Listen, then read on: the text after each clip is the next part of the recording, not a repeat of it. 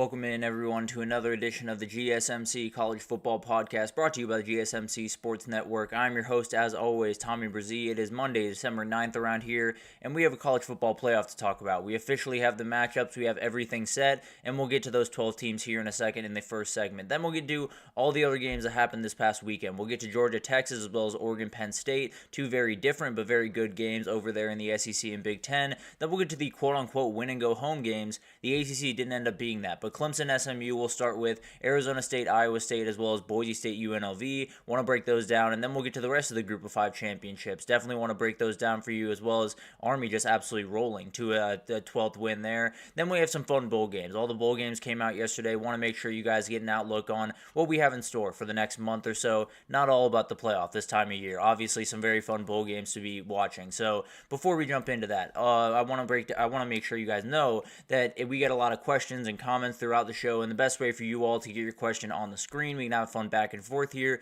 is to use the super chat. At the bottom of the chat on the Sports Network page, click that $sign, add any question, comment you'd like. It'll pop up on the screen, and we can have fun back and forth here. Definitely want this to be interactive, so utilize that. You can ask any question you have about the playoff, all that type of stuff, and I will be able to answer it very quickly. So let's jump into this thing, because we got a playoff to talk about. After all of the talking, after all of the craziness around the 12 team, after all the arguing around the 12 team, we officially have a bracket, and we'll start with the rankings just to make things a little bit more streamlined here, and want to just give some love to some teams before we probably stop talking about them, at least for a little bit here.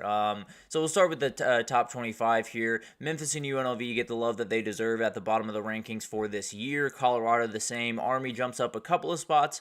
Would have loved to see them jump up a couple more, if I'm being totally honest. Really impressive performance in the American title, but they're in the top 25 at the end of it. Syracuse and Illinois are two teams that I'm really excited to see what they can do in 2025. I think Fran Brown and Brett Bielema, have done an incredible job around there, and I do think it's going to be really fun to watch what this program can do going forward. Both those programs can do going forward, particularly Syracuse. Cannot wait to see what Fran Brown has next up there. Then you do have Missouri. I'm just going to leave them alone for the time being. Iowa State falls a touch. BYU jumps over them. I tend to agree with that. I think BYU probably deserved a little bit more love than they got in the CFP conversations. And then you have all the teams that were kind of stacked there. You have Clemson. We'll talk about them here in a second. And then you have the three teams that were very upset last weekend. They're very upset this weekend. Nothing has really changed, but at the end of the day, now we got the top 12 to talk about. So Arizona State jumps into the top 12. They obviously jump into the field, and we'll break that down here in a second, get into more detail there. Then you do have Alabama. They were the first team out. They're the number 11 team in the country. We'll talk about some of the problems with the format tomorrow. That's one of my big-time problems with this. But SMU, they're at 10. They're in the field. Boise State jumps up to 9. They're firmly in. Indiana, Tennessee, Ohio State, they were hanging out this past weekend. They are firmly in that field, as well as Notre Dame. And then Penn State, you fall just as Notre Dame, Penn State, and Texas all slot down one spot. Georgia jumps up to 2. Oregon stays at number 1. That's pretty much the way that I would have it. I think there's a lot of different ers and ahs here, and more than anything, I have a problem with the format. We will get to that tomorrow, I can promise you that. But let's get to this bracket, because it's a really fun one. But regardless of what you think about this format, frankly, I have not been a Big 12 team playoff person. I think about 6 or 8 teams is probably the right number. I don't think we need any auto bids. I definitely don't think we need any auto buys, and that's something that we'll definitely talk about tomorrow. But overall, when I woke up yesterday, I was very excited. I definitely felt like Christmas morning, definitely wanted to see what the matchups were going to be, see what they were going to do with SMU, with Alabama, with Clemson. Definitely a lot of different things going into yesterday, so I got excited. I won't lie to you. It was definitely really fun to see all this kind of play out, and we got some great matchups. In the first round, I think we have some fantastic matchups where we'll start with Ohio State, Tennessee, two of the most classic programs in college football history, two programs that are really, really fun to watch, no doubt about that. You have Ohio State coming off the loss to Michigan. We'll see if they can mentally bounce back from that. We'll probably get into these games in a little bit more detail tomorrow, talk about some of the different matchups and things. Obviously, I'll give my full prediction tomorrow.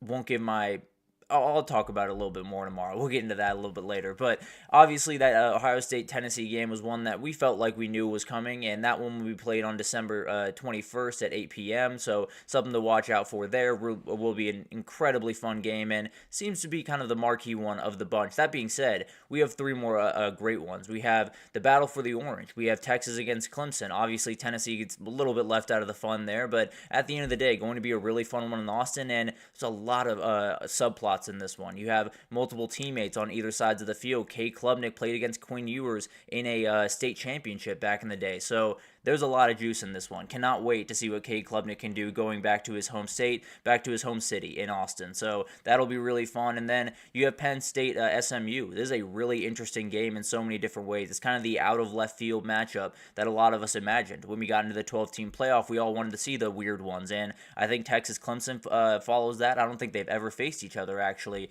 And then Penn State SMU would absolutely fall into that. And then you got the battle for Indiana. This is one that I really wanted to happen one way or the other. I kind of wanted the results to let this happen because I cannot wait for this one. It's going to mean a lot to the people in that state. It's going to mean a lot to the kids at Indiana that didn't get recruited by Notre Dame because that's obviously going to be a dynamic here. So a lot of really, really fun matchups here. You can't get enough of all the juice here. And in terms of the scheduling, just so everyone's on the same page for the first round of scheduling, Notre Dame, Indiana will be that Friday night game on December 20th. They'll play at 8 p.m. And then you do have the noon game.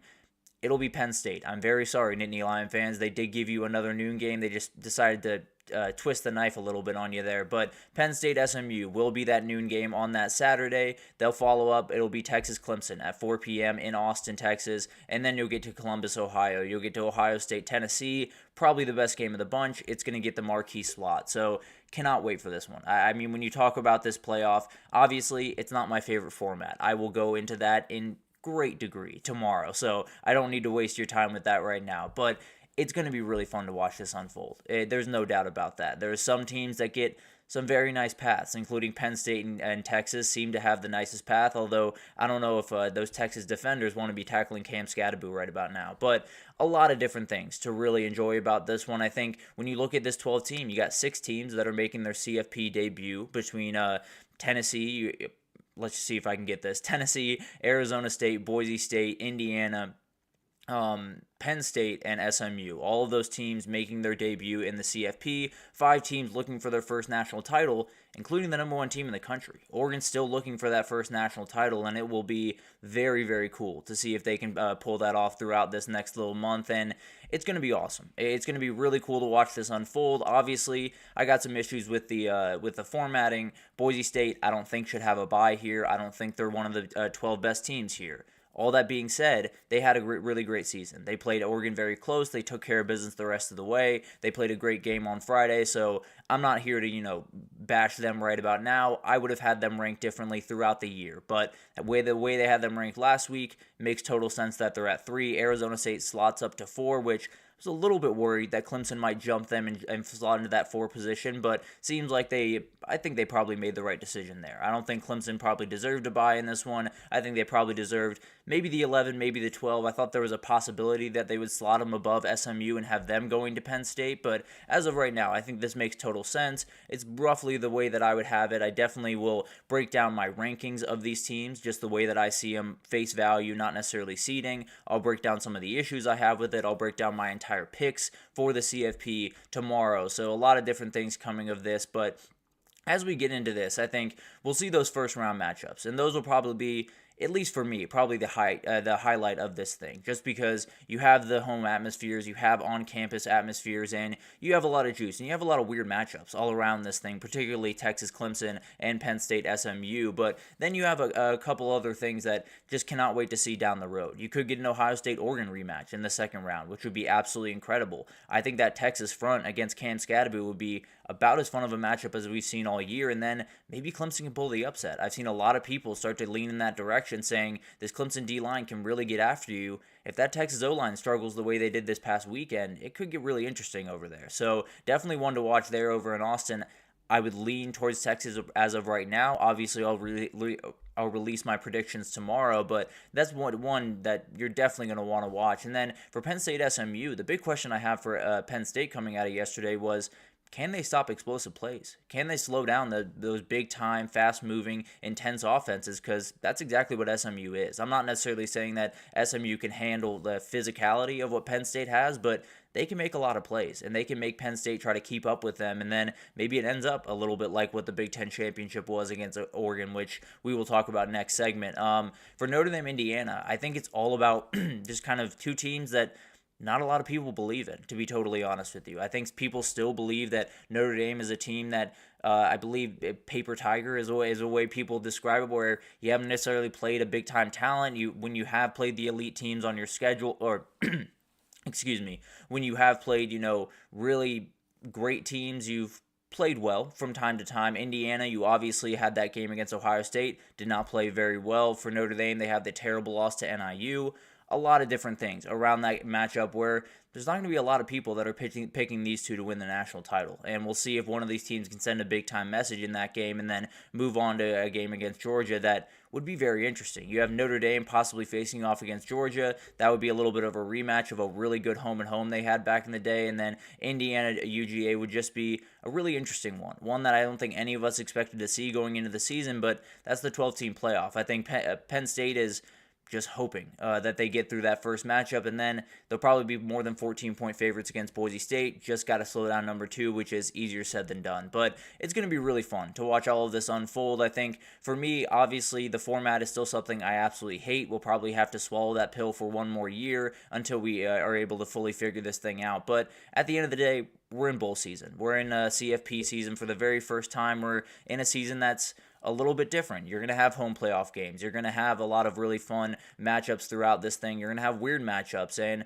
you're probably going to have an upset or two. And we'll try to figure it out, and I'll try to give it into my predictions tomorrow to see if I can get this thing fully right. But a lot of different things going into this, and I can't wait for it. I think it's going to be really, really fun. Obviously, not my favorite way to do this thing, but at the end of the day, I'm going to be on my couch watching this the same as you guys. So really enjoyed, obviously, seeing all this unfold, and I'm sure craziness will continue to follow us into the CFP. So we'll see what happens there. We'll obviously break down my picks and previews and all of that stuff tomorrow in more depth and really throughout the next 2 weeks. But let's take our first break here, and when we come back, we'll talk about the top 5 battles that we saw this past weekend. SEC and Big Ten were decided, and a lot of really fun stuff to talk about. 2 very different games to talk about right after this, so stick with us.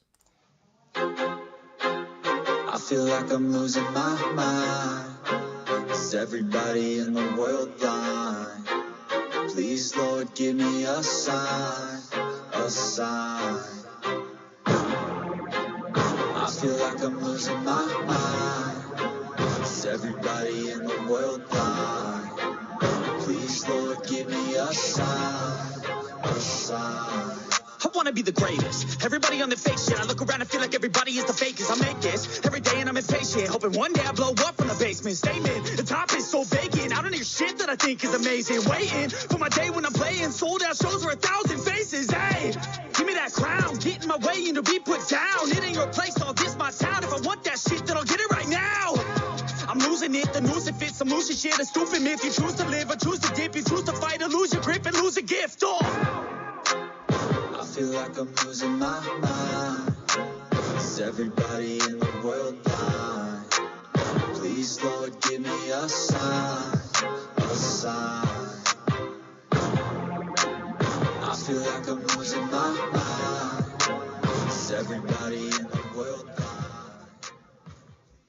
Alrighty, welcome back everyone. We just talked about the CFP field. Looks like a very, very fun 12-team playoff. Obviously, I got my issues. We'll talk about those tomorrow, but let's talk about the championship games. Let's get into all the games that happened this past weekend, and we'll start over there in Atlanta, Georgia, actually where I am right now in Atlanta, Georgia, and we'll break down the SEC championship. Georgia gets it done over Texas for a second time this year in overtime. It was very different than the first time around, but kind of similar in some different ways. You had Gunnar Stockton come into the game after Carson Beck got injured. Does not look good. I'll leave it at that for the time being. I do not know the injury, but it looks like from everything that I've seen, it could be a UCL. If it is a UCL, he will not be back this year. I can say that very confidently. We'll see what happens. Obviously, we will update you as it does. Does not look good for Carson Beck in the playoff, possibly. But very weird game. Texas dominated the first half of this game. It was outgaining them, I believe, 260-ish to about 56 at halftime. The score was 6-3. So Texas left a lot on the table in the first half, and it was kind of emblematic of what their season has been. There's been a lot of really, really good offense played, and then you get down into the red area, you get down into the 30-yard line and closer, you really start to struggle. And some of that is Quinn Ewers, some of that is the run game not being quite as good as it needs to be, some of that is a lot of the offensive line play not being as good as it needs to be. So there's a lot of different questions around that offense right about now, and I think you got to ask the question over the next couple of weeks is, how do we want to handle this quarterback situation? I tend to believe that the best way to do it is Quinn Ewers is your starter. He's the guy that runs the offense the majority of the time. But you got to give Arch more snaps. He can't just get in there for the 3rd and 2 or the 4th and 2 when you really need 2 yards. He's got to be in there a little bit more often, especially in the red zone, because that helps your run game. And then you got to give the semblance that he's going to pass the ball. You have to give the worry for the defense that he's going to pass the ball, because at some point when they see number 16 trot on the field, they're saying, okay, let's pack it in. Let's make sure we're ready for a run. So a lot of different things that need to happen over the next couple of weeks around that quarterback situation. The poorness of Quinn Ewers' performance is getting majorly overblown. Threw for over 350 yards, made a couple of mistakes here and there. The offensive line didn't play well. The run game really let him down. So I'm not here to bash Quinn Ewers by any means. I am here to say they probably got to get Arch a little bit more involved, especially in the red zone, if they want to be fully successful as an offense. But getting to Gunnar Stockton, because that was the story of this game. This guy coming in, getting absolutely laying out late in this game, but holding on to the ball in overtime and giving Georgia a chance to win. If he lets go of that ball when Andrew Makuba hits him, that game's over. There's no doubt about that. And speaking of that hit, just for a second, because there's a lot of people online being very mad about that hit, because it was vicious. There's no two ways about that. It was a very aggressive hit from Andrew Makuba. The thing is, by rule, that's not targeting. And I'm not saying that it shouldn't be. The reality is, if that shot right there, if by rule that is not targeting, which it is, the way he explained it, it is not targeting by rule, it is as good a proof as I've ever seen that targeting is not there to really protect the players, or isn't doing good enough to protect the players, because if it was, then Andrew Makuba would be out of that game, period, end of story. So it wasn't targeting. By the letter of the law, it was not targeting. Man, if that's not targeting, then we're just not protecting players by implementing targeting. So a lot of different questions around that. Obviously, Andrew Makuba is fine. He is going to play in the playoff game, no problem there. Gunnar Stockton got up. He is more than fine. I think he will be fine going forward. Probably has a pretty good concussion right about now. He's got multiple weeks to get right, get into practice, and get ready. So he will be more than fine. For Carson Beck, it was really tough that he went down, but everyone else stepped up. When Gunnar Stockton came in the game, and really at halftime, it felt like this entire team felt that we have to all step up more. We all have to put Gunnar Stockton in better situations. So the offensive line got more push. There were very few drops from the wide receivers, maybe zero in the second half. The defense played a ton better, especially that defensive line. So overall, you had a lot of really good things happen that just kind of helped Gunnar Stockton be the story of this game. You know, help Gunnar Stockton execute this offense really efficiently, go down and score on his very first drive. It sputtered at times. He threw the pick that probably should have been a pick six if Jalen Gilbo had his head turned around. But overall, a lot of different things went on in this game. More than anything, Texas gave this one away in a lot of different ways. You had 11 penalties for 94 yards, 2 missed field goals, 2 turnovers, terrible in the red zone.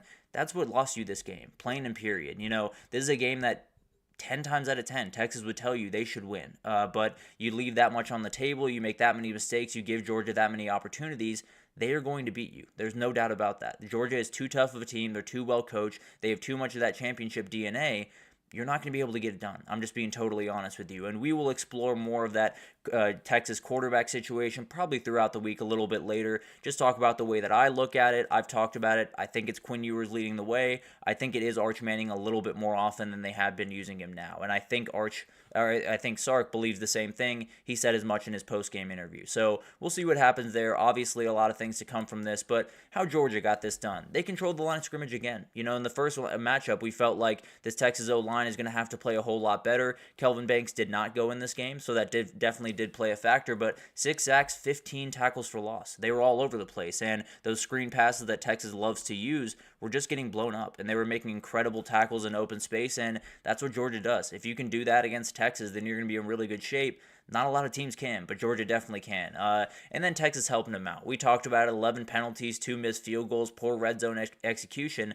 That lost this game for Texas. There's no two ways about that. Obviously, Georgia played a great game and battled back, but there's a lot of different things that Texas did that if they do one of those things differently, they probably come out on the right side of this one. And then the resilience of Georgia is incredible. This team went through the toughest schedule in the country, went on the road 3 different times to 3 top 10, top 5 opponents throughout the year, hosted Tennessee at home, played Clemson to start the year, and their SEC championships. Or their SEC champions. They're 11-2. They're a remarkable team, and it's what Kirby Smart has built around there. It's no longer about, they have to have the best athletes. They have to have the best defense. They have to have Stetson Bennett making all the plays in the world. They have to have A.D. Mitchell on the outside going up and making a huge play. It doesn't have to be that anymore. It just has to be them in a game, late in the game, and then they're going to make you pay. That's just what they do. That's what Georgia is. That's what Kirby Smart has built, and that's what championship DNA is all about. So Carson Beck went out in this game. Gunnar Stockton is likely going to be the starter throughout the playoff.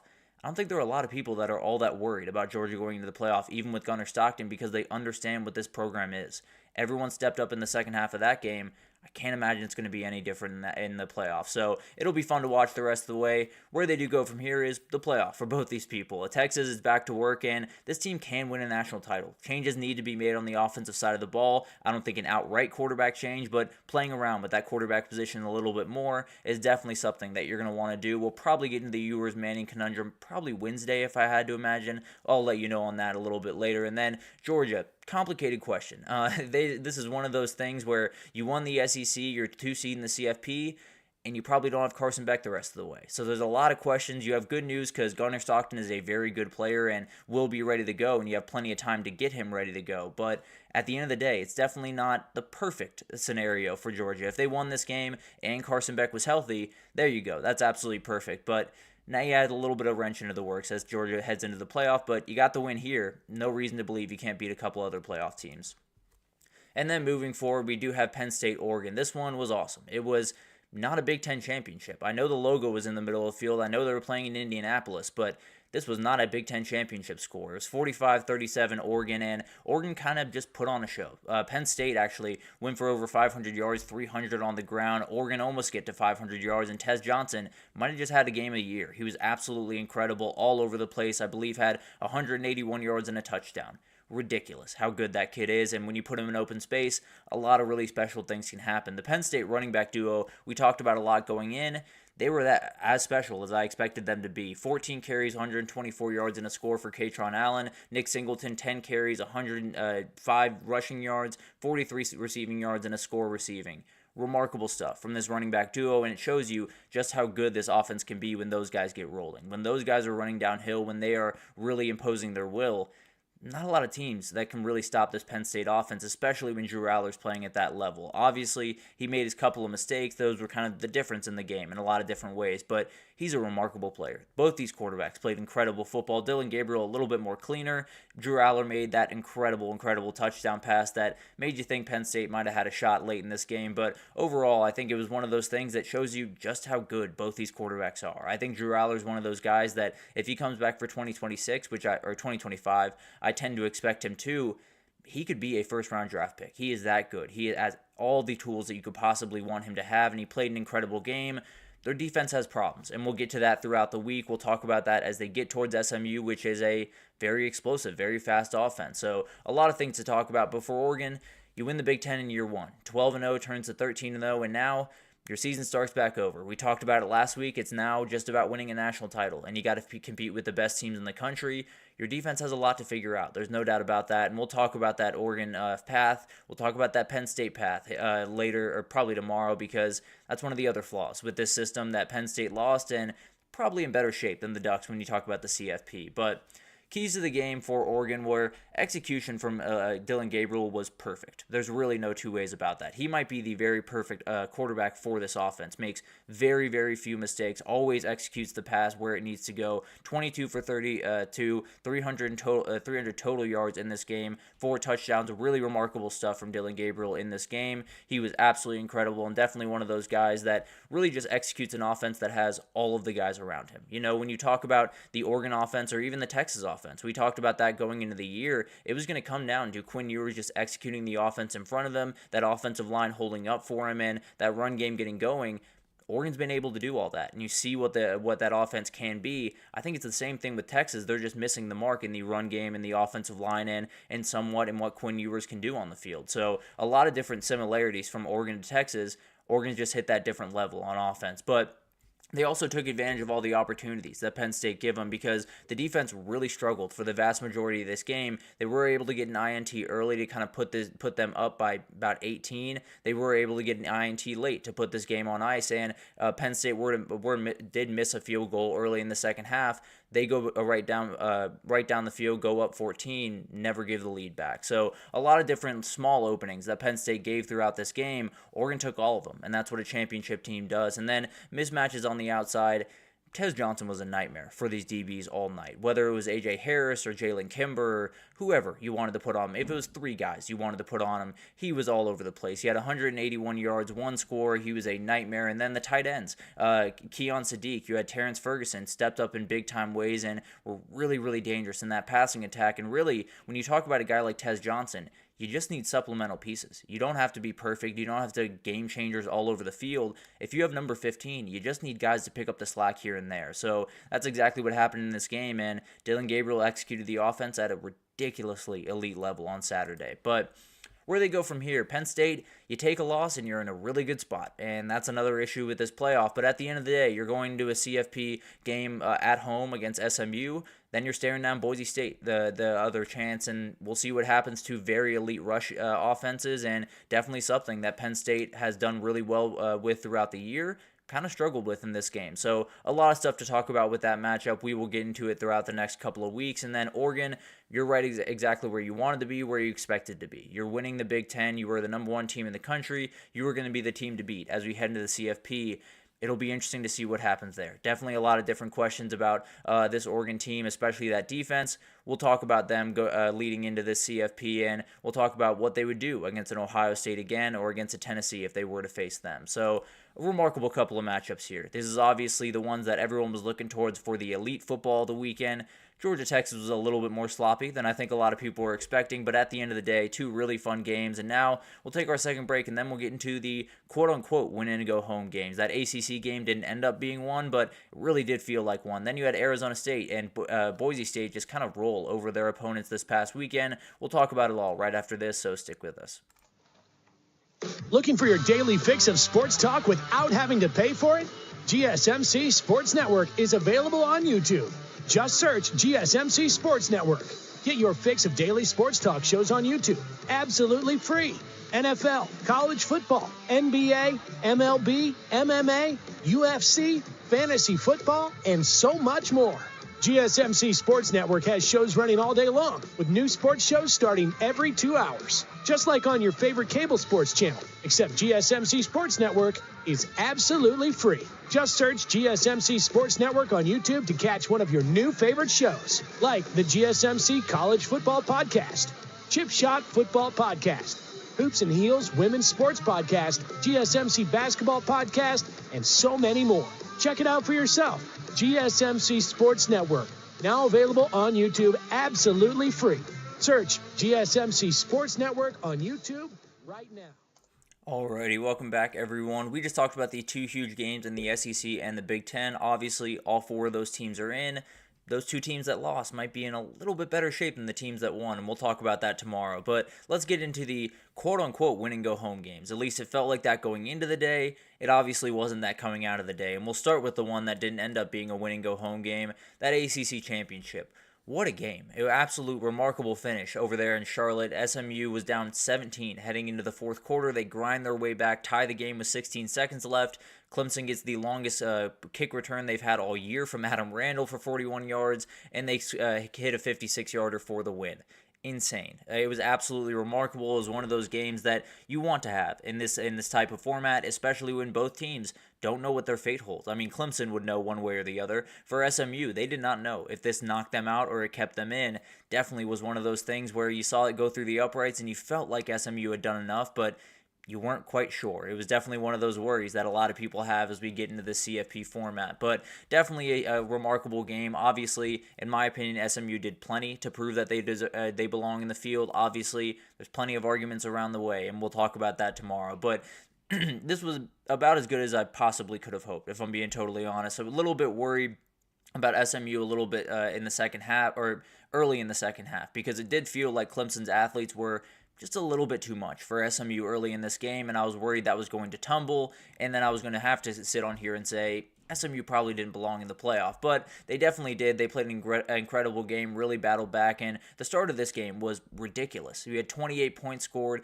one punt, 2 turnovers from SMU, 2 missed field goals. It was all over the place. The bounces kept going Clemson's direction, but it was all over the place, and Clemson took full advantage of the couple of mistakes that SMU did make. But in the early stretch, you had Bryant Wesco making play after play for Clemson, and the Clemson offense is kind of just the Clemson offense at this point. If they're not hitting deep balls down the field, it gets a little bit stagnant. It gets a little bit bogged down. So definitely something to watch as they head to Austin against one of the best, maybe the best defense in the country. They got to make sure that they can either find those explosives or find the down-to-down success that they're going to very much going to need. But Brian Wesco is going to be huge for finding those explosives. Had a 35 and 43-yard touchdown scores. Remarkable player, and definitely a guy that throughout his freshman year has developed into an absolute stud. In 2025, he might be one of the best, maybe the best wide receiver in the entire ACC. But it's hard to walk away from this game not being impressed with both teams. I think Clemson is one of those teams that I wouldn't have had in, even if they won this game. You know, in my perfect format, they probably wouldn't be in the playoff right now. But at the end of the day, they took their chance. They took the chance that Miami gave them last week. They took it and ran with it. They played an incredible game. SMU battled back, made it really, really interesting, a really remarkable finish. It was exactly what you kind of wanted that out of this game. Out of a game that SMU did not know what their fate was. Neither team really knew what this game held. It was a lot of juice in that building. There's no doubt about that. But where these teams go from here, you're both in the playoffs. So for SMU, you're off to Happy Valley. And this is going to be a really interesting game as far as I see it, because this offense for SMU, not necessarily similar in the way they go about business to Oregon, a lot of the same athletes, a lot of the same explosivity, a lot of the same ability, and you got a quarterback that can really scoot in Kevin Jennings. So that's going to be a really fun game. Cannot wait to break that one down in a little bit more detail. We'll do kind of just a quick look at all the first round games tomorrow. I'll give my predictions tomorrow, a lot of different stuff coming on that. And then for Clemson, you got the chance. You had the chance in front of you, and you took it. Now you're in the dance, and you're just waiting for the possible winner of that you are heading to Texas. You're heading to Austin, Texas, hoping you can kind of spoil some of the fun and get a lot of the really fun storylines going in. Take advantage of that. Let Cade Klubnik go back into his hometown and really go at the Longhorns. So it will be a really, really fun matchup there. Cannot wait to see what these two teams do. Really excited about that SMU Penn State matchup. Clemson definitely looking for an upset where no one believes they're going to get it probably. And then Iowa State, Arizona State, this was a beating pretty much from the jump. There was a moment where it felt like we might have a little bit of a shootout there, and then Cam Scatterboot just kept running. He just kept taking over this game, just kept going to work, and had 16 carries, 170 yards, 2 scores, had most of that in the first half, frankly, and then just for fun, added 2 catches, 38 yards, and a score. This kid is remarkable. Frankly, if they sent him to New York City for that Heisman ceremony, you would have no problem from me. You would have no quarrel. I would be very, very happy to see this guy in New York City get the respect that he deserves, because he's been remarkable this year. He's been absolutely incredible. We knew he was going to be a big part of this game going in. Iowa State had absolutely no answer for number 4. But this game was nearing halftime, and it felt like it was going to be a really fun one. You know, Arizona State was only up by 7 points. Iowa State had the ball. And then kind of disaster truck. They gave away the ball. Arizona State scores before halftime. And then to start the half, there is 6 possessions. It goes Iowa State turnover, Arizona State touchdown, Iowa State turnover, Arizona State touchdown, Iowa State turnover, Arizona State touchdown. That was the game. It ended very, very quickly in the second half, and a lot of people probably took a little bit of a break before the SEC championship at the end of this one, because it was really, really bad. And let's just be totally honest. Iowa State did not have an answer in the second half, and Arizona State took full advantage. And the really remarkable thing from Arizona State, really all year, but especially in this game, was the play calling and the aggression of Kenny Dillingham throughout this one. We saw the 4th and 1 play where they throw deep, get down to the goal line with Stovall, a ton of big-time plays, but overall, even late in this game, when they really needed touchdowns, when they really needed to make plays early in the second half, he had full trust in these wide receivers that were having to take over for Jordan Tyson, the most important player, maybe right behind Cam Scatterboot, on that team. Had over 1,100 yards going into this game. Obviously has to sit out the rest of the year, but Stovall went for a 91 on 4 catches. Malik McClain made a ridiculous play kind of out of thin air. Didn't even realize he was going to get run in this game. Xavier Guillory made 2 touchdown catches, including one that I still can't figure out how he was able to make that catch, but remarkable stuff from this wide receiver group that knew they had to step up. they did and then some. So you're going to need that going into the CFP. You're going to be playing a team, whether it's Texas, whether it's Clemson, they're going to be able to guard you. They're going to be able to physically be a little bit more up to the challenge in the run game than Iowa State was. Those wide receivers are going to have to step up big time once you get into the CFP. But this Arizona State team is dangerous. There's no doubt about that. When you have number 4 on your team, when you have Cam Scatterbo, you're going to be able to win a lot of games. Just the reality of the situation. He can run through people. It does not matter how much bigger they are than him. There's not a lot of guys that are bigger than him, to be fair. But overall, obviously Texas and Clemson will be more equipped to stop him. I don't know if anyone's fully equipped to stop Cam Scatterbo. So it'll be awesome to see what this team can do in a couple of weeks. Obviously, we got to wait a little bit, no doubt about that, but cannot wait to see what they can do against either Texas or Clemson when they finally face off. And for Iowa State, where do you go from here? I think there's a lot of questions because the big one is, what's Matt Campbell's future around there? There's a lot of talk about him around the UNC job. We'll talk about coaching carousel and some stuff that happened this weekend on tomorrow's show, but overall, you're facing Miami in a bowl game. Could be a lot of questions by the time you get there. So it'll be interesting to see what happens there. It'll definitely be an interesting storyline to follow, and you guys will get the updates as we do. But for Arizona State, it was incredible to watch. It was really awesome. It was a team that knew that they were without one of their best players, that knew that they had to win this game to get to the CFP, and they showed up with their hair on fire. It was absolutely awesome to watch, and now it's just about proving the world wrong and beating Clemson or Texas when you play them in a couple of weeks here, I think on New Year's Day, if I'm not mistaken. UNLV Boise State, another one that got a little bit aggressive, if I'm being totally honest. Boise State controlled this game for the vast majority of it, and while Ashton Jeanty went for 32 carries, 209 yards, and a score, he's absolutely remarkable. There's no doubt about that. This defense was incredible. They were all over the place. UNLV actually got to 217 rushing yards on the day. Thing is, 148 of that came on 3 carries. So on 32 carries, they went for 2.2 yards per carry. So it was really domination from this Boise State defense. They had a couple of lapses, they had a couple of misses, but overall, they did an incredible job against a run game that is incredibly hard to corral. They were able to do that for the vast majority of this game. But overall, for the Boise State offense, Maddox Madsen really stepped up in this one. There were times when he needed to make a big-time throw, made an incredible one to Latrell Caples for a touchdown, but the execution was really great. He just kind of found the open receiver, found Matt Lauder a lot, the tight end, and just kind of made the play right in front of him. And then let number 2 do his thing. That's what this Boise State offense is. Obviously, I think that Penn State or SMU matchup is going to be really tough, but as of right now, they are firmly in the field and they're in really good business, and this game came down to the margins. As it was going to, as it did last time, it was going to come down to that again, and Boise State won them all pretty much. 6 for 14 on third down compared to 5 for 16 for UNLV, over 50% completion percentage, 1 penalty compared to 5 for UNLV, and they won the turnover battle. That's how you win football games, especially at a championship level. You win those margins, and Boise State did exactly that. So this Boise State team, you guys have followed me. It's been a little bit hard for me to fully buy into this team. I've been a little bit worried about Ashton Jeanty's health. I've been a little bit worried about this defense's ability to hold up against some of the elite teams in the country. We'll get to find out. That's the good news about this. We'll get to find out here in a couple of weeks, whether it's Penn State or SMU. We'll find out just how real this Boise State team is. Maybe they're more real than I and a lot of people are giving them credit for. But where they go from here, for UNLV, a lot of things are going to change around there. There's no doubt about that. Barry Odom has already taken the job over there at Purdue, and we'll talk about that tomorrow in more details. I assume plenty of players and possibly coaches will go with him. Brennan Marion is one to watch, whether he goes with Barry Odom to Purdue or he goes somewhere else to be an OC. I've seen Oklahoma State a couple of times, so something to watch there. I still think this is a program that's scaling, but they're going to have to make the right hire here in a second. They got Cal in a couple of weeks, and we'll see what happens in that game, and then it's just about preparing for 2025 without Barry Odom. And then for Boise State, you're in the dance. You did the thing that a lot of people were just waiting for you to stumble throughout the year. You never did. You handled your business, only lost by Oregon by 3 points, and now you just move forward, and you got to figure out who you're playing, whether it's Penn State or SMU, and then it's about shocking the world. That's what Boise State is going to try to do in this playoff, and they got about 24 days to figure out how they're going to do that. So it's going to be awesome to watch all of this unfold. Those 3 games were incredible because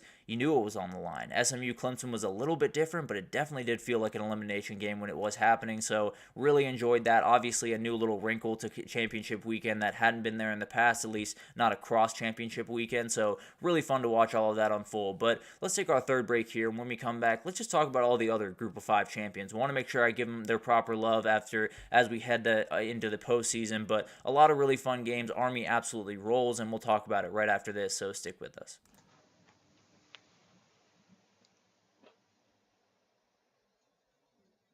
For the best and latest podcasts available anywhere, go to the podcast app on your cell phone and type in GSMC to access free content-rich podcasts on health and wellness, book reviews, sports, entertainment, relationships, social media, movies, technology, finance, and even weird news. Subscribe and download the GSMC Podcast Network's family of shows, available everywhere podcasts are found.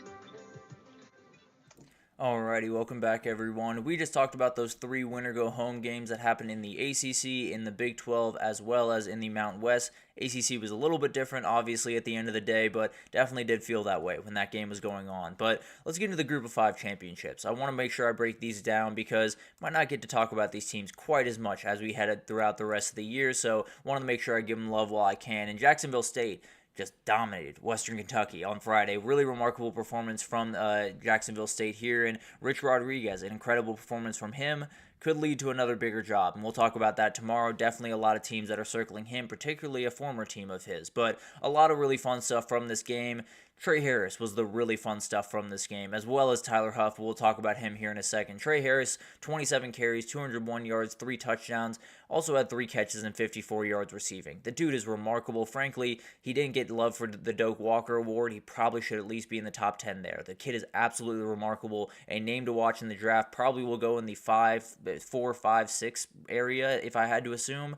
Whoever gets him is getting an absolute dude that can tote the rock as many times as you possibly want. Really like this kid and definitely think he could be a diamond in the rough when we talk about the NFL draft here in a bit. But Jacksonville State, they were flying around on defense as well. 88 yards rushing for Western Kentucky in this game, 6 tackles for loss, 2 forced fumbles, and just a ton of chaos for that Western Kentucky offense. They never really could get anything going. The back-end defense was incredible for Jacksonville State throughout this game, so really remarkable stuff for Jacksonville State, for Rich Rodriguez, for that entire program. Only the second year in the FBS, and they find a way to win the Conference USA. Really incredible stuff, and shows you just how good of a job Rich Rodriguez has done over there. You had Tyler Huff. He actually did play in this game. There was a little bit of worry that he wasn't going to be able to go.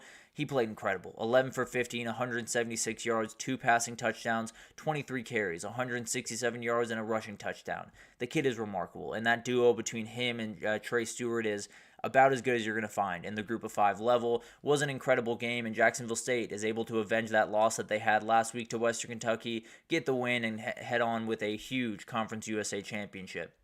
For Western Kentucky, under Tyson Helton, they're moving in the right direction. There's no two ways about that. They've done an incredible job the last couple of weeks. Definitely a program that I think you're going to want to watch as we get into realignment again and all that craziness starts to probably kick back up. I think this is a program that could start to kick up the rankings just a little bit more. Really impressive program, and will be really interesting to see what their future holds around there. And then they do have JMU in a bowl game coming up. Going to be really, really fun to see those two teams on the field. Two teams that I really enjoy watching. Two quarterbacks that I really enjoy watching in Caden Velkamp and Alfonso Barnett. And then Jacksonville State, this was awesome. There's no doubt about that. Tons of uncertainty ahead. We'll see if Rich Rod takes another job. I tend to believe he will, but we'll see which job that is, and it'll be really interesting to see all of that unfold. They have a bowl game against Ohio in a couple of weeks, so definitely will be interesting to see who all is there, if Trey Stewart is playing in that game, all of that stuff that we have to worry about with bowl games now. But at the end of the day, you get your conference championship, remarkable stuff by Rich Rodriguez, and he definitely does deserve a big-time job here pretty soon. Tulane and Army. This did not go the way that I thought it was going to go. I'll be totally honest. Not that I didn't think Army didn't have a chance of winning, more just I thought Tulane was going to score more. I thought they had more athletes on the outside to make some big-time plays, but Army was all over everything. They were absolutely remarkable, and Army scored on every single drive except for the ones that ended the half and the game, and then one turnover on downs on Tulane's 4. It was remarkable. It was absolutely incredible from this Army offense. I believe they were the first team ever to have no incompletions, no punt, and no penalties in a game.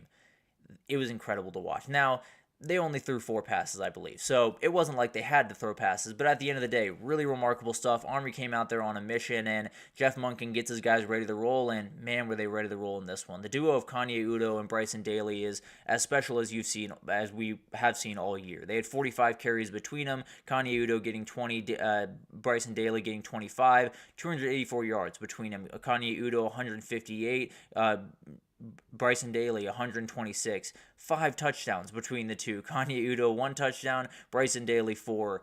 it was insane efficiency. They were all over the place. Kanye Udo had that one big-time breakout run. It was remarkable to watch this Army team go to work whenever you see the triple option working at that level. It's the prettiest thing in football as far as I'm concerned. But this was a game that Tulane really wanted to win. There's no doubt about that. Army was able to steal it away, and they joined Oregon and Arizona State as the only teams that won their conferences in year one. Really remarkable season from the Black Knights. A lot of people tried to argue for them to be in the CFP field. I didn't fully agree with them, but I loved the fight and cannot wait to see what they can do going into 2025 and even this weekend against Army. But for Tulane, this program is going to be special. I feel very confident in that because the reality is John Summerall just said he's going to stick around. He said he's not pursuing some of those big-time jobs out there. He probably will next cycle around if I had to imagine, but they're staying around for 2024. I would not be surprised at all if this was the CFP team from the G5 next year because this is a really special team with a lot of ability to go out and get some elite transfers. They did lose their quarterback to the transfer portal, Darian Mensah, so something to watch there, but they can definitely backfill that. I promise you that. They get a bowl game against Florida, and we'll talk about that a little bit in a second, but remarkable stuff from Tulane, and they move forward just hoping that they can get that American championship next time around. And then Army. They were one of the most fun teams to watch in the country. There's no doubt about that. It was so much fun to watch. It was so incredible to see this team unfold, and it was awesome to watch Bryson Daly play football this year. Frankly, he was a guy that I was very much pushing to be more in the Heisman conversation about halfway through the year, but at the end of the day, it didn't quite happen. Really remarkable player, though. Cannot wait to see what they can do against Navy this upcoming weekend, obviously. They have a bowl game against Marshall. A lot of questions around what Jeff Monken's going to do going forward. Definitely a lot of jobs that are after that guy, and for good reason. He had this team really rolling in. Cannot wait to see what the future holds for Army, as well as Jeff Monken. And then Ohio, Miami of Ohio. Domination. Parker Navarro went to work in this one, as well as Anthony Tyus. Navarro was he 10 for 27? I don't think it was that bad. He had 302 total yards, was really, really remarkable. He had 235 through the air, 67 on the ground, 4 touchdowns, 2 apiece on the ground and passing. Anthony Tyus added 151 and a score on the ground. Really remarkable stuff from this Ohio running game. They were all over this team and definitely made life incredibly tough for Miami of Ohio. But this was one of those games that just felt like they really wanted revenge for that first matchup. They came out with their hair on fire. They gave up less than 200 yards to Miami of Ohio. Keon Mosey had 11 carries for only 28 yards, and really hard to do that to Keon Mosey. So really remarkable job from Tom Albin in Ohio. Another name to watch in the coaching circuit if you had to imagine. But really remarkable job from him. Cannot wait to see what this Ohio team can be going forward and what he can do going forward. We'll see if he gets one of those bigger jobs. We'll see if he jumps ship. But at the end of the day, they finish it off with a MAC title and they move forward to a bowl game against Jacksonville State. Like we just talked about, it'll be really interesting to see what happens there. Could be 2 interim coaches around those 2 teams at that point. But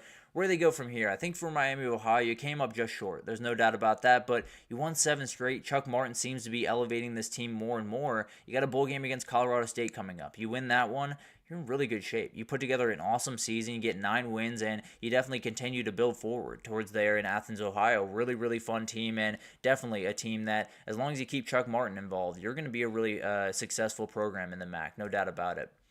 And then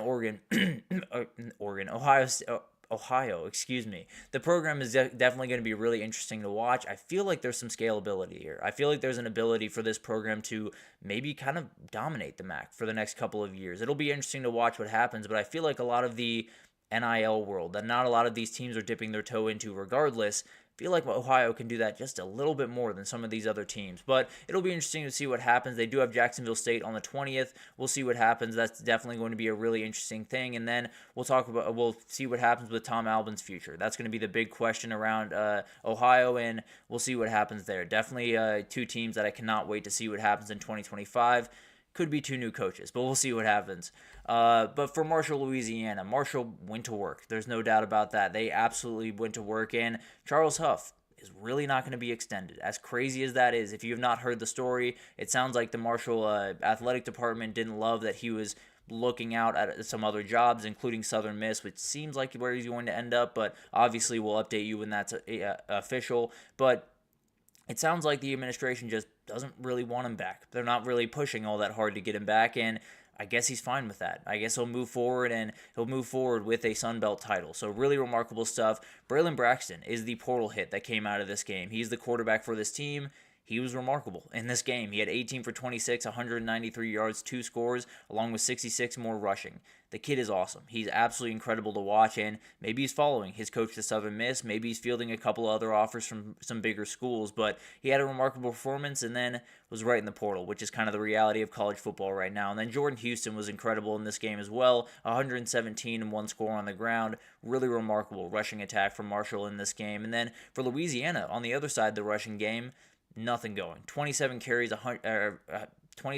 57 yards given up from Marshall, and then without Ben Woolridge, they had nothing going. There was no chance this offense had a chance to get into rhythm, and it was really, really tough sledding for the vast majority of this game. But really awesome finish to Marshall's season. Obviously, some crazy stuff going on behind the scenes that will kind of put a damper on this just a little bit, but at the end of the day, you do win the Sun Belt Championship. You got to just hope you hit on the next hire, and it'll be really interesting to watch. I believe they might have someone in waiting there. We'll obviously update you on all of that as it goes through. But with Louisiana, incredible program, definitely one that I'm really interested to watch going forward in the Sun Belt, but you didn't have your starting quarterback, and it really came back to bite you in this one. For Louisiana, where they go from here, I really think this can be a great team next year. I don't know if Ben Woolridge is going to come back or if he's going to move on to another place or to the draft.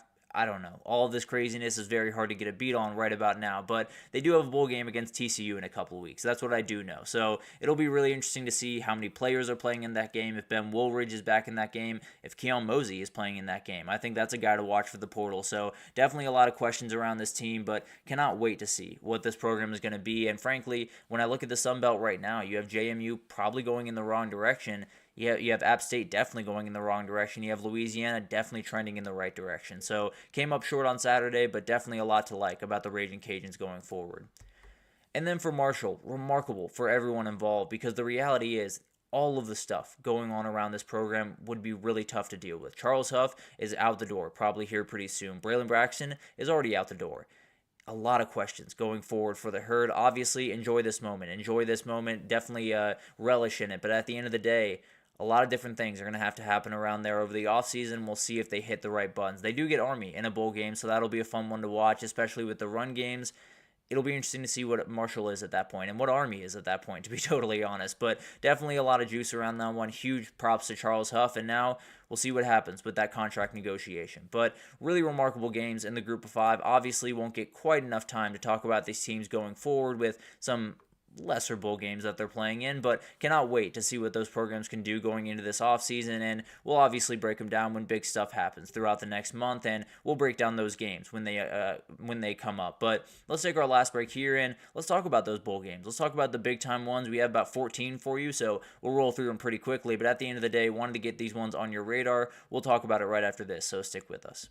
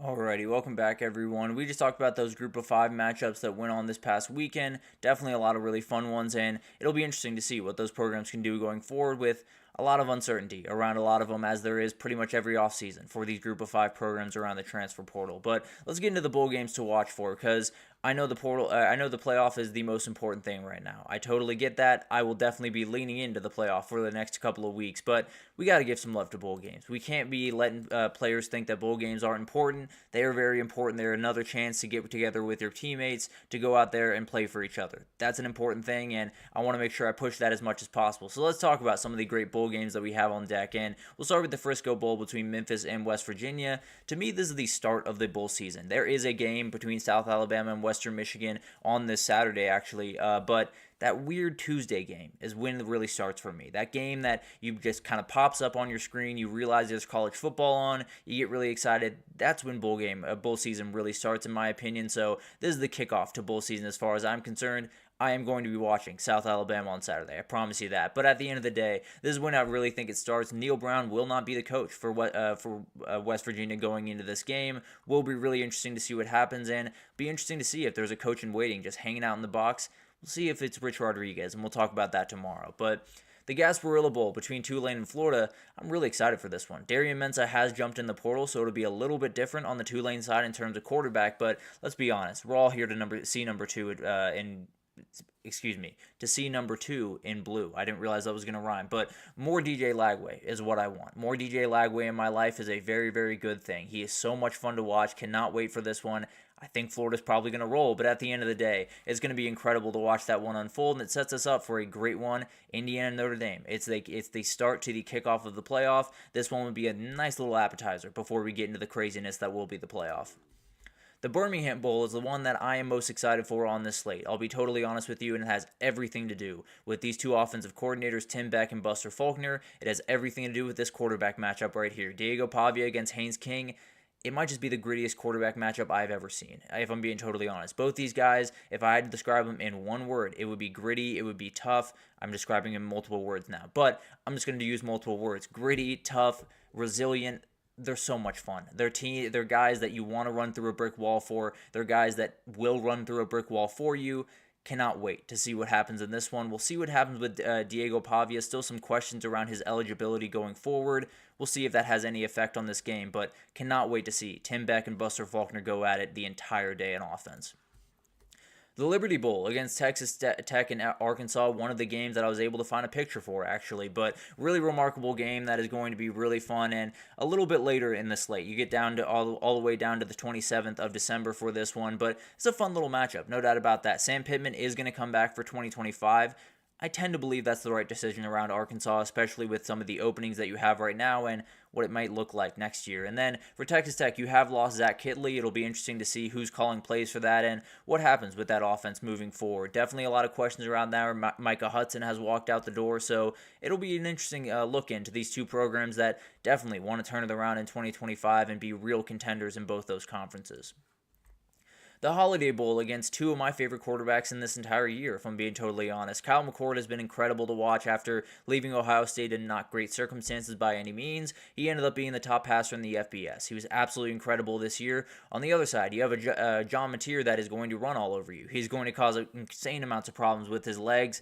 The question is, will he be around for this game? He definitely is flirted with the portal. Looks like Oklahoma could be the team to watch there with Ben Arbuckle, the offensive coordinator, going over there to be the OC for Oklahoma.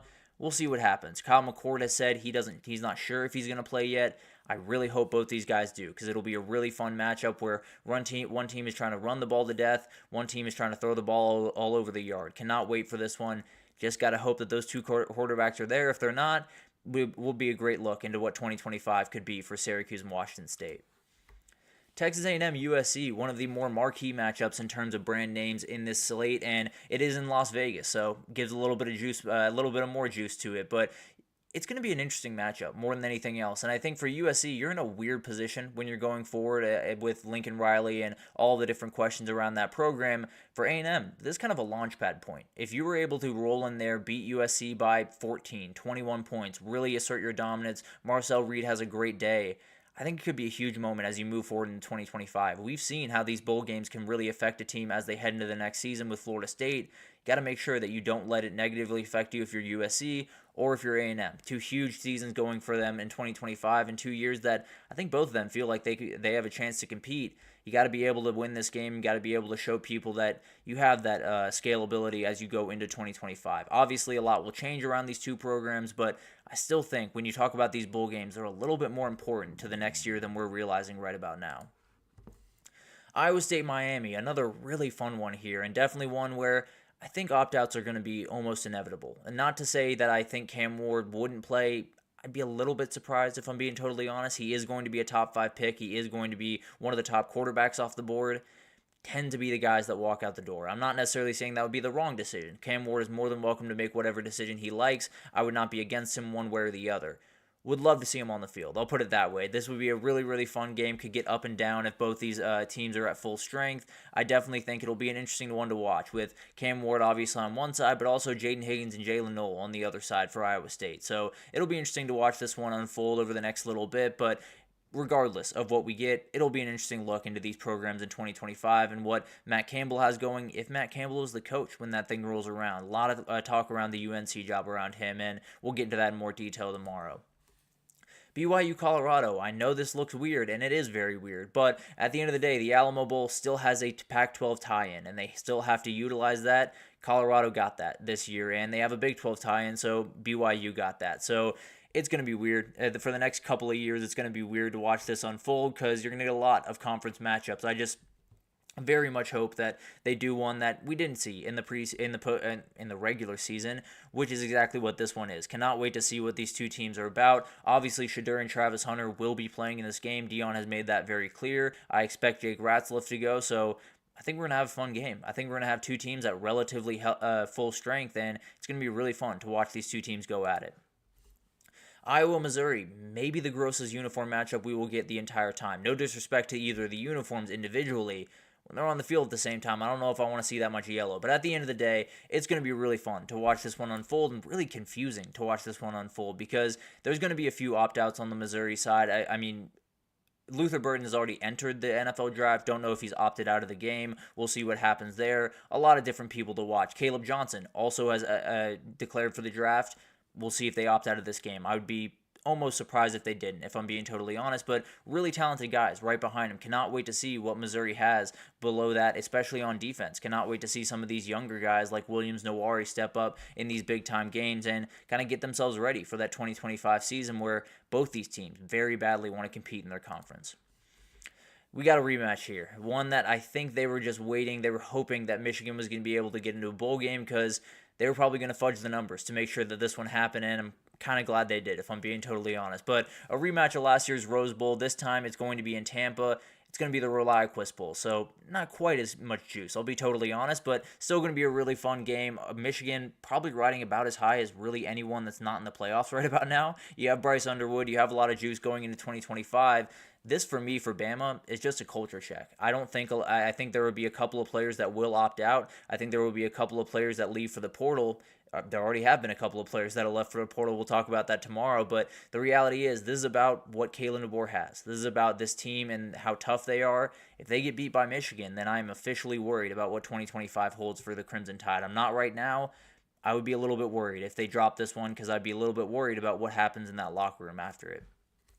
The Sun Bowl between Louisville and West Virginia and Washington is going to be a really, really fun one to get after each other. I think this one I'm watching very closely just because I think there's two teams in 2025 that can make a real run. You have Louisville, who looks like Miller Moss could be their quarterback next year. Tyler Shuck probably going to make his last start in college football, but the reality is I can't wait to see Isaac Brown. I can't wait to see both these freshmen. You have Damon Williams on one side, likely making his second start ever. Tyler Shuck making his last start ever. And then Isaac Brown is going to be so much fun to watch at that running back position, along with Duke Watson, the other freshman. These are two teams that, if they can put together a great performance here, launch themselves into 2025, you could very well see these two teams in the 12-team playoff next year. South Carolina, Illinois, two teams that I absolutely have loved to watch this year. South Carolina a little bit more later in the year. Illinois a little bit more earlier in the year, if I'm being totally honest. But South Carolina is probably the hottest team in the country. Illinois, to me, is probably the most disrespected. I think people still think that is a layup win. That is an easy win for a lot of teams. That was a really impressive win from Penn State. So I'll leave that there. I just wanted to give Illinois a little bit of love there, but it'll be a fun Big Ten SEC matchup. It'll be a fun matchup for a lot of people that like to compare those two conferences, and whoever comes out on top, whether it's valid or not, they will absolutely be talking about it in that respect. And Lenore Sellers is going to play in this game. There's no doubt about that. He obviously can't not play in this game unless they have some type of injury that pops up. But going to be a remarkable thing to just watch him go to work against a back end that's one of the best in the country. And then for Illinois, it'll be interesting to see what the team is. I do think Luke Altmaier will likely play in this game. Probably will be his last college start. So it'll be interesting to see what happens in this one. And I think both these teams have the ability to score in bunches. Could be a really, really fun game, no doubt about it. The Texas Bowl, one of my favorites, is Baylor against LSU, and I think it's going to be a really fun game. I think there's two quarterbacks that really deserve. Garrett Nussmeier gets plenty of love. Sawyer Robertson is really the one that I want to give plenty of love to because he's been one of the best quarterbacks in the Big 12 all year. He took over pretty early on in the year for Daquan Finn and just went to work. It was really remarkable to watch. Incredible player, really good with his legs. And then Garrett Nussmeier, a lot of questions around him going forward. I do think he will return for the 2025 season. If he does do that, if he does announce that before this game, putting up 300 yards and putting on a little bit of a show would not be a bad idea by any means. And then you do have Dave Aranda going up against the team that got him this job in that 2019 season. He was able to jump into that Baylor head coaching job. So a lot of stuff going into this game. Going to be interesting to see what that LSU team looks like after a lot of different transfers and different things. And then what Baylor has after a really remarkable year that they salvaged. Can they keep that thing rolling and get a big win over LSU? And then you do have the Gator Bowl all the way on January 2nd. You have the Gator Bowl against Duke and Ole Miss, and don't have lines for this one, actually, if I'm being totally honest. But Duke is a really, really interesting team. Went 9-3 this year. Played some ugly football at times, but got the wins when they needed them. Malik Murphy played a really, really good first year as a first-year starter. It'll be interesting to see what he can do in 2025. I assume he'll be in a Duke uniform, but in the world of the transfer portal, I don't think we can take anything for granted right now. And then for Ole Miss, it'll just be interesting to see how many guys suit up. I'll be totally honest. I do think that a fair amount of them will. I like to think that Jackson Dart will be out there. I can't promise that. I think there's a lot of players that are looking towards the NFL on this team, and we'll see how many of them stick around. So definitely will be an interesting matchup. Obviously, Manny Diaz trying to finish a remarkable year at Duke, get to that 10th win, and really put a stamp on this program. For Ole Miss, it's just about showing that you have fight. It's just about showing that you're not going to be the Florida State of this year, or Alabama the exact same. So a lot of different talk around this. Obviously, these bowl games have gotten tampered down a little bit. They've been a little bit less important. Guys start to opt out. There's a lot of questions around them. I still love the bowl games. I understand the playoff is where we all watch and where all the juice is. I totally get that. These bowl games are still very important. These kids getting another chance to suit up, to put on that jersey, to go out there with their boys. It's really important. I love them. I cannot wait to watch all of these unfold, and if anything, I will do my darndest to make sure that people understand that bowl games still very much matter in the world of college football. But at the end of the day, that'll do it for this edition of the GSMC College Football Podcast, brought to you by the GSMC Sports Network. Your support means a lot to us, so please remember to subscribe to the show, leave a positive review. It does make a huge difference. Also, follow us on Facebook, Twitter, TikTok, Instagram, all the social pages for all the content and updates you could possibly need. We have great people doing great work across every single sport you could want. So I understand CFP is a huge topic of conversation right now, but so is the NFL gearing up for playoffs, so is basketball, so is all of the other stuff going on, and we have it all covered around GSMC. So come on over and we'll have you totally covered. But thank you once again for listening. I will be back tomorrow with my full CFP predictions, with all of my issues for the CFP, with previews of the first round, a lot of different things coming on tomorrow's show, so I'll see you then.